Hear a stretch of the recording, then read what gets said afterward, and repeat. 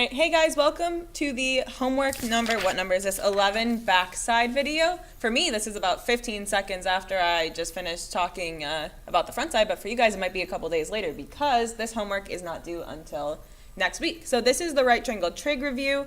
We are now into the sine, cosine, and tangent.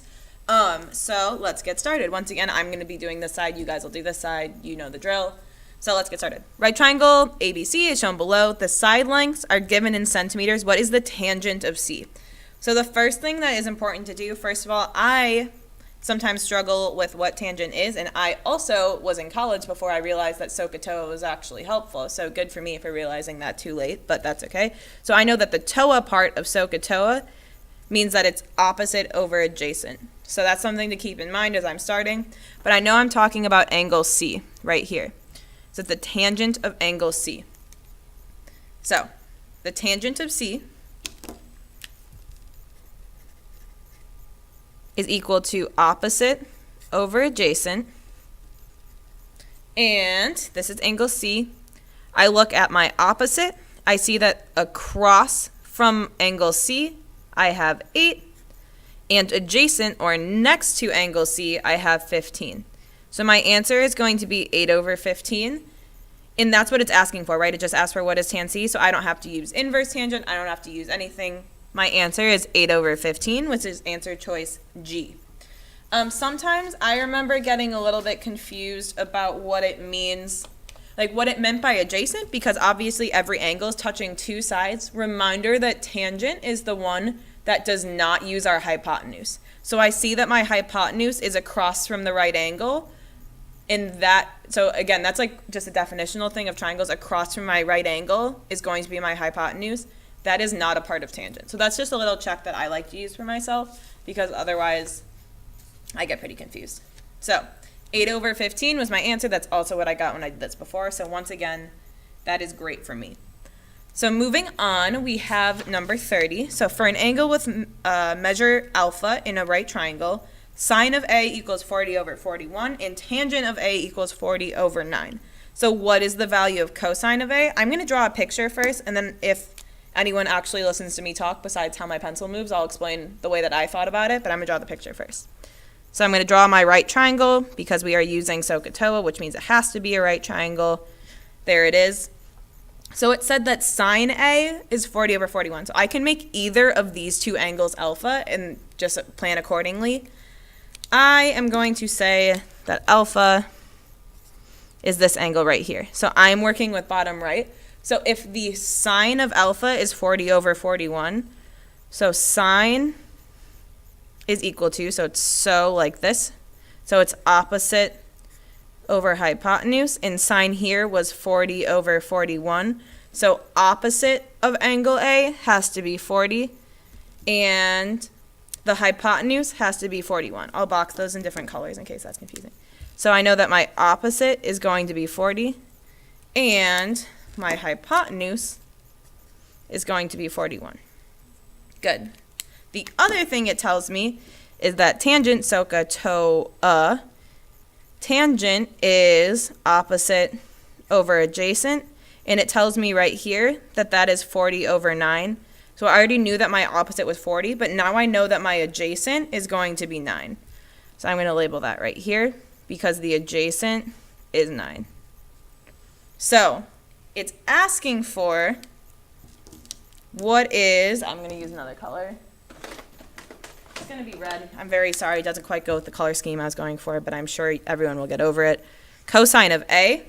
So cosine is C SOHCAHTOA A over H. So that's adjacent over hypotenuse. So I look here, my adjacent was in purple. That's going to be 9 over my hypotenuse, which was in gray. Right here, my hypotenuse is 41. Is 9 over 41 one of my answer choices? Yes, it is. It's going to be F. Because I looked and I saw that my adjacent from the denominator of my tangent was 9, and my hypotenuse from the denominator of my sine was 41. So that is one way to do it using a picture. So I know most of you just kind of pause at this part and then stop, but if any of you are still listening, the way I like to think about it is here we have 40 over 9 and 40 over 41. So we know that for sine and cosine, my denominator is always going to be my hypotenuse, right? That's where the SOH, S-O-H-C-A-H. So the H's, my hypotenuse is always going to be on the bottom for my cosine as well. So I know just by looking at this that my hypotenuse is going to be 41, and that's the denominator of my cosine. And then, since we already used 40, we know that our other number that we use is 9, right? So we can pull over 9, which is from tangent, the adjacent. So I can just pull that based on the fact I have 3 numbers, and I've already used 2 of them in combination, and my hypotenuse is always on the bottom. I know it's going to be 9 over 41. So that was just my little shortcut, but I think drawing a picture makes more sense. We have 2 more problems. Let's move on to number 21. So the hypotenuse of the right triangle, BLT, oh man, ACT, done it again, shows below is 25 meters. So the hypotenuse right here is 25. The tangent of angle T is 4 over 3. How many meters long is BL? So I'm going to mark this line right here. I am looking for BL. Okay, so it tells us that the tangent of angle T is 4/3. So tangent, SOHCAH, TOA, tangent is opposite over adjacent. Opposite over adjacent. And here it tells me that that's equal to 4 over 3. So opposite over adjacent is 4 over 3. I'm talking about angle T, which is right here. So I know that opposite of angle T is going to be 4, and adjacent to angle T is going to be 3. So that should be easy, right? See that one answer is 4? It's not, because if I was going to use Pythagorean theorem to find this hypotenuse, I don't think it's going to be 25. So let's see what it would be to figure out. So for my gray triangle, I'm going to call this the little triangle. If I did 3 squared plus 4 squared equals c squared, so using this leg plus this leg equals whatever this hypotenuse is, I would end up with 9 plus 16 equals c squared. Take the square root of both sides. 9 plus 16 is 25. So 5 equals c. That's not 25, right? So this triangle right here looks like this. It'd be 3, 4, and 5. But my big triangle that I started with that I'm looking for with my question mark, I know that this side has to be 25, and this is what I'm looking for.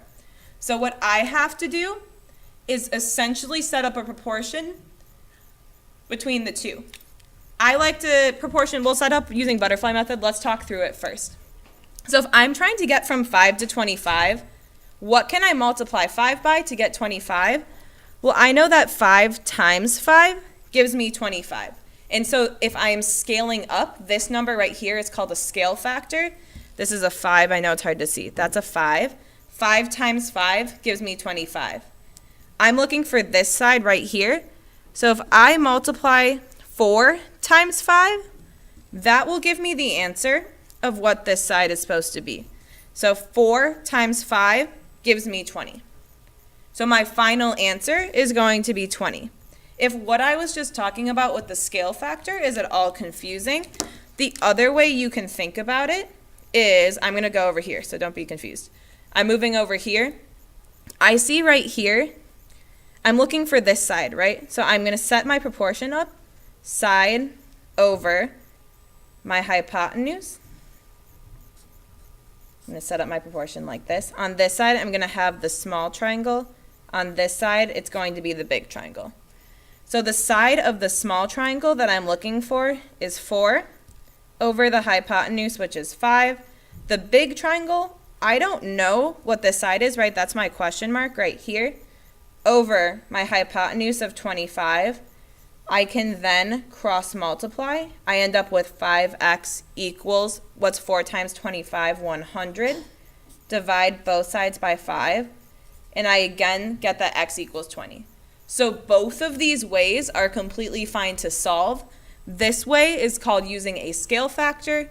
This is using the butterfly method, as I learned it was called.